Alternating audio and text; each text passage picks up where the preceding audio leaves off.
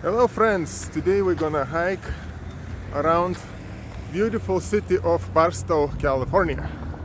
Barstow, California is known as a gateway to the west because it used to have beautiful, nice, and still has pretty nice train station. It's not used as much as it was used before. Before they have much more industry here.